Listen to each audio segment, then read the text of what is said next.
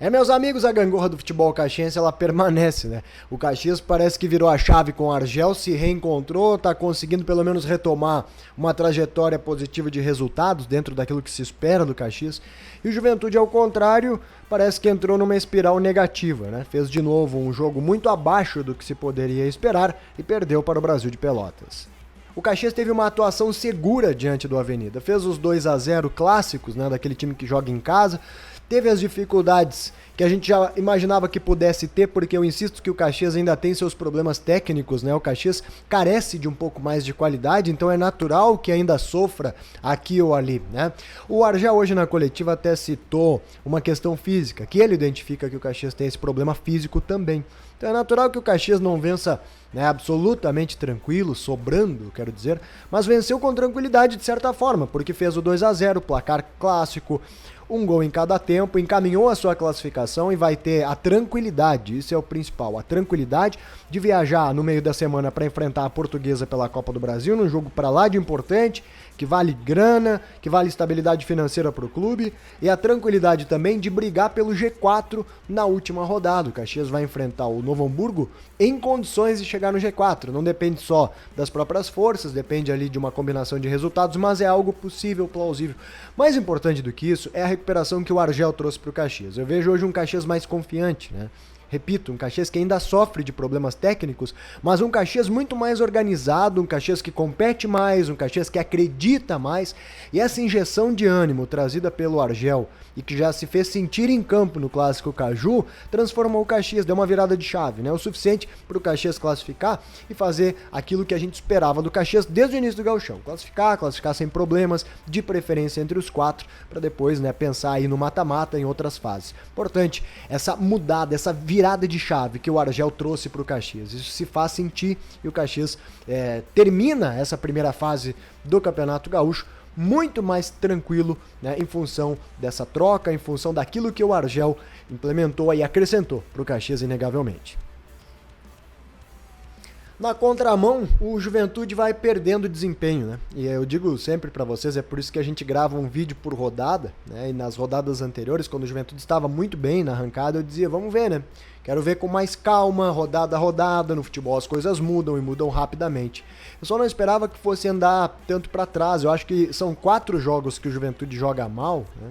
Vem perdendo suas alternativas, isso se reflete também nos desempenhos individuais, mas especialmente no jogo de hoje, o Roger foi muito mal taticamente, né?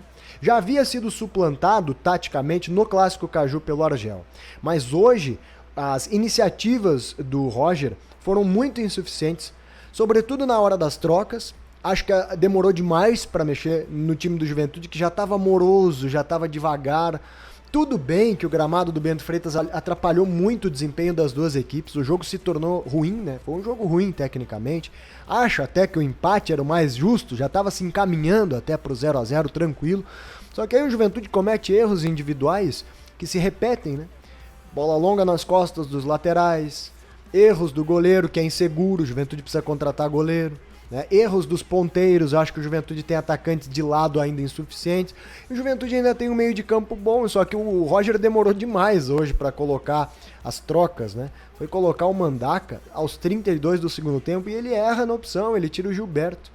Quer dizer, no campo que não estava bom, em que era um jogo de bola viva, diferente dos jogos que o Juventude vai ter pela frente aí no Campeonato Brasileiro. Jogo de primeira e segunda bola, de latereio, de bola parada, aí tu tira o centroavante de dentro da área, sabe? Erro, né? Demora demais para fazer as substituições, para renovar os lados ali, que além de estarem cansados, estavam mal tecnicamente, com o Lucas Barbosa e Eric Farias, aliás. O Eric Farias de novo abaixo, né, gente? De novo abaixo daquilo que se pode esperar dele. Então são 4 jogos em que o desempenho vem caindo, né? Segundo tempo contra o Novo Hamburgo, segundo tempo contra o São Luís, o Clássico Caju, essa partida de hoje que foi terrível, né? O jogo foi terrível, né? Com o Brasil de Pelotas, isso é preocupante.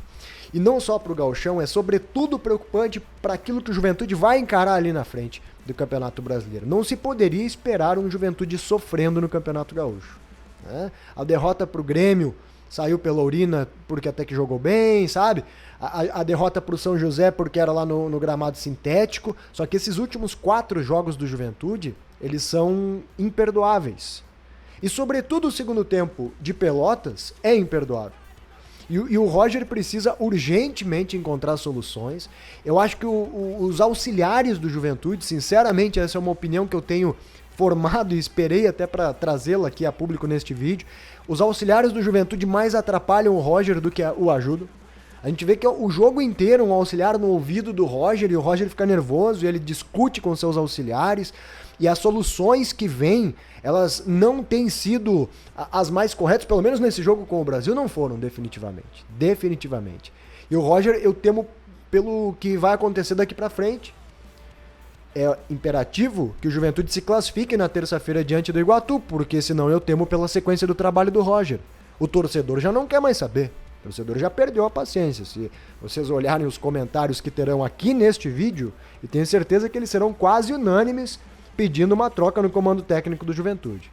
Eu ainda tenho esperança que o Roger vai encontrar alguma alternativa, mas que de fato ele se perdeu nessas últimas 4 rodadas, bom, é óbvio, né? Isso aí não precisa nem eu estar falando aqui, acho que todo mundo, qualquer analista mínimo de futebol consegue ver e entender que o Juventude tem perdido rendimento. A gente mede isso pelos desempenhos individuais, né? O Lucas Barbosa não consegue mais jogar, o Eric Farias, o Jean Carlos tem desaparecido dos jogos, as laterais do Juventude são 2 avenidas, né? E troca jogador e continua o Juventude tomando bola nas costas dos laterais, o gol que tomou hoje foi um absurdo. Ou seja, tem problemas. Esse jogo de terça-feira é fundamental, o Juventude precisa vencer, né?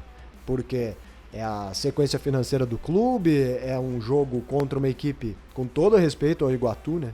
Que tem totais condições de ganhar do Juventude, porque o Juventude vem muito mal, mas o Juventude tem a obrigação de se classificar, pelo menos com empate. O Juventude não precisa ganhar o jogo, pode empatar. Então é a obrigação, é o que a gente cobra do Juventude. E se não conseguir se classificar, bom, daí eu temo sim pela sequência do trabalho do Roger, que como eu disse, para o torcedor, já está absolutamente comprometido. O Juventude está perdendo desempenho. Isso é o pior, isso é o mais preocupante. É claro que tem deficiências técnicas. É evidente que o Juventude vai ter que ir para o mercado. Buscar ponteiros, buscar 2 laterais esquerdos, buscar mais um zagueiro, buscar goleiros, no plural. Precisa. O Juventude precisa ir ao mercado. Aliás, esse é o lado bom do gauchão, né? E até, se é que tem lado bom desses 4 jogos, ou 5, 6, que o Juventude não está jogando nada. O gauchão está mostrando para o Juventude que ele precisa se reforçar. Se não está dando conta de enfrentar o Brasil de Pelotas, o São Luís, o Novo Hamburgo, né, o que o Juventude teve dificuldade com o São José. Se está tendo dificuldade com estes, imagina quando for pegar o Flamengo no Maracanã, o Palmeiras no Allianz Parque, o São Paulo no Morumbi. Então, por favor, né? Está claro para a direção do Juventude que ela precisa ir ao mercado. Mas não só isso. O Roger também precisa criar alternativas. Porque mesmo com este elenco, que custa quase 3 milhões de reais por mês, precisaria estar rendendo muito mais. O Juventude não poderia passar dificuldade no gauchão. É inadmissível. Inadmissível.